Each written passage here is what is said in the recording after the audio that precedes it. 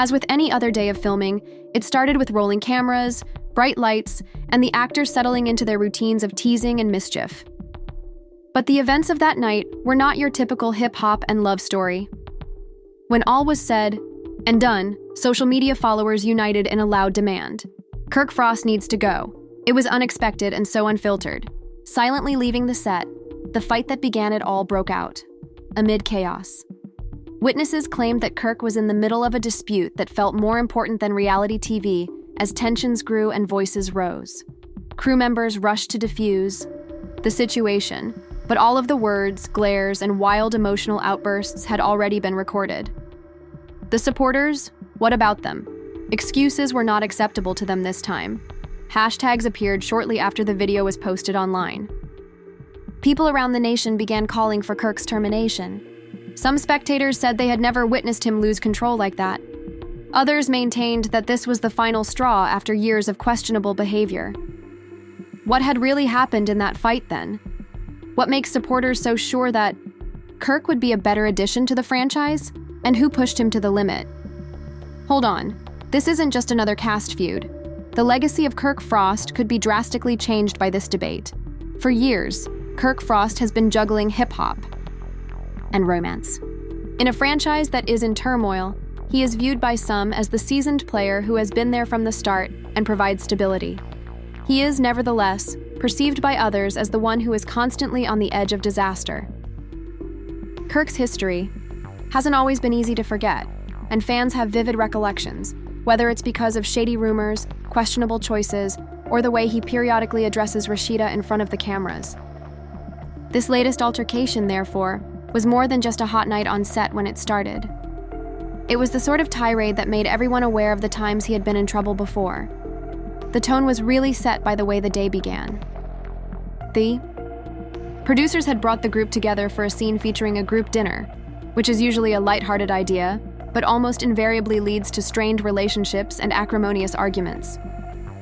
The actors were humming, and some were even making jokes about each other before the cameras had even begun to film. Kirk walked in with his usual poise and that subtle smile that fans know so well, as if he had seen it all and was unfazed by anything. Some there, though, said that this time he exuded a new intensity.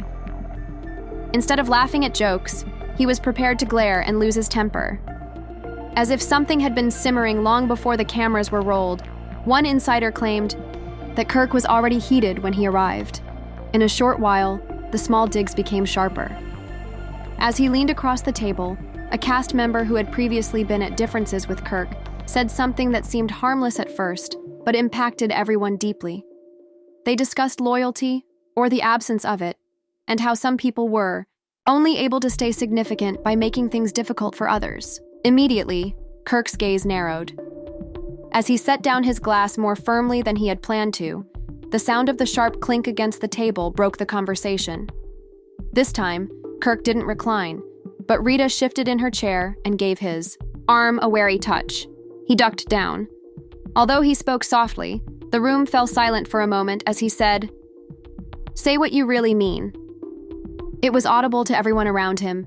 It is the type in which everyone sits up straight and watches to see what turns out. "Kirk, I know precisely what I mean." With a shrug and a cheeky smirk, the other cast member added. And that was the spark. Immediately, the entire table was filled with anxiety. Other voices had tried to interject, to laugh it off, to shift the subject, but the energy had shifted. Kirk was not amused. His jaw tightened, but his eyes stayed on the man across from him. It was nearly obvious how annoyed Rita was. She appeared to know that things may get out of hand very soon in this moment. Viewers who saw the leaked video commented that Kirk's voice had a sharp edge they hadn't heard in a while. He started to be critical of the person in front of him as well, as the actors, as if they were grinning in his face and making fun of him behind his back. "You all enjoy playing family when it suits you," he added, gesturing around the table. "But when it's time to be honest, you'd rather make fun of people than show respect." The words weighed heavily on the atmosphere. Kirk's journey was surprising, particularly because it called out almost everyone at once. It had evolved from a debate to a challenge. Rita made an effort to step in, telling Kirk to relax and that they didn't need this kind of energy. But Kirk wasn't going to let it go. Within, he pushed back his chair slightly to square himself to the table, which by itself made the room appear smaller and more confined. It was then when voices started to overlap. Kirk immediately called out the cast member who was giggling to himself. "Dude, nobody is even considering you in that way," someone else remarked. "If that's the case, why do you always have my name in your mouth?" Kirk asked.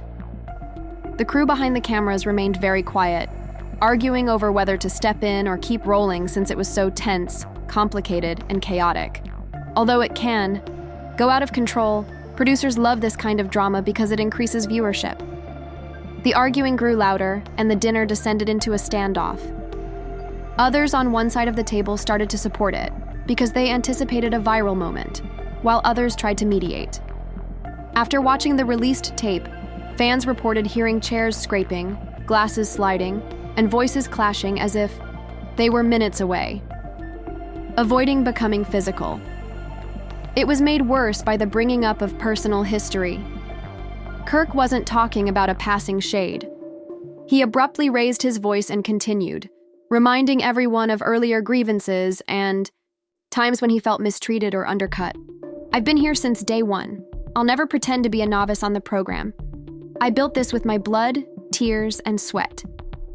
The pure emotion was evident, even though some people nodded and others rolled their eyes. Kirk wasn't going to breeze through another situation like this one. In doing so, Kirk was venting years of bitterness.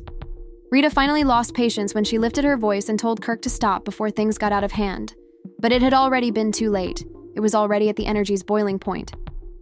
Kirk turned back to the table and shook his head, saying, "No, this isn't just me. It's all of you. Phony everything, phony smiles, false allegiance. I've had enough of it."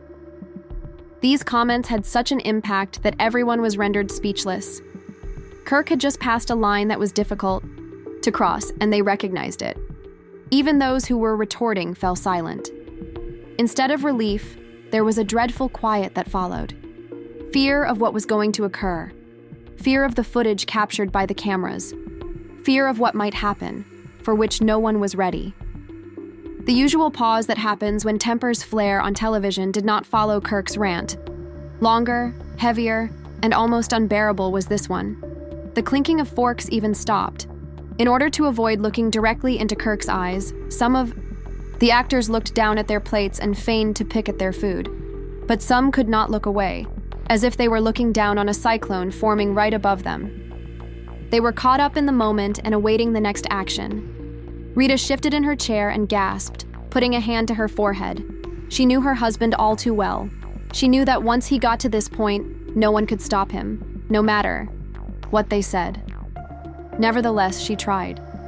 She murmured, "Enough, Kirk," in a tone that was both cautious and exhausted. He gave her a quick look.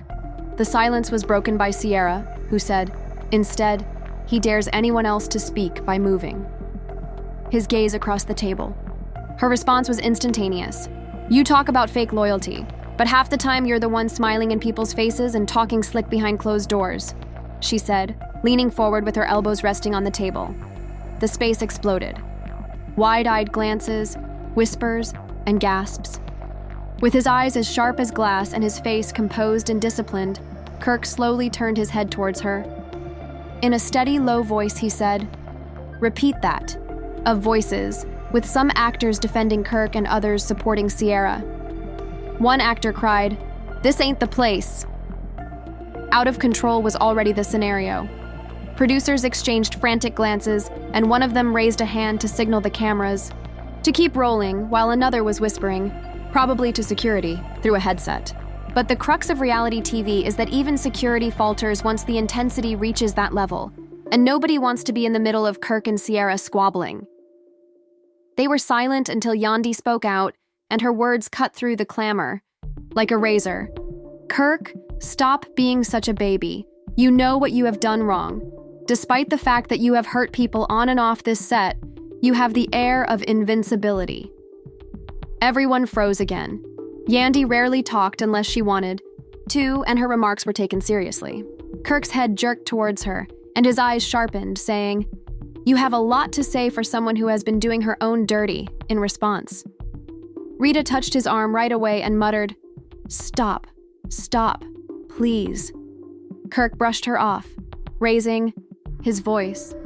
"No, they want to talk about my past. Okay, let's talk about every skeleton in this room. I'm not the only one with secrets." The chaos erupted once more, and the whole table seemed to be about to fall apart as some yelled at him to stop and others at Wandy and Sierra.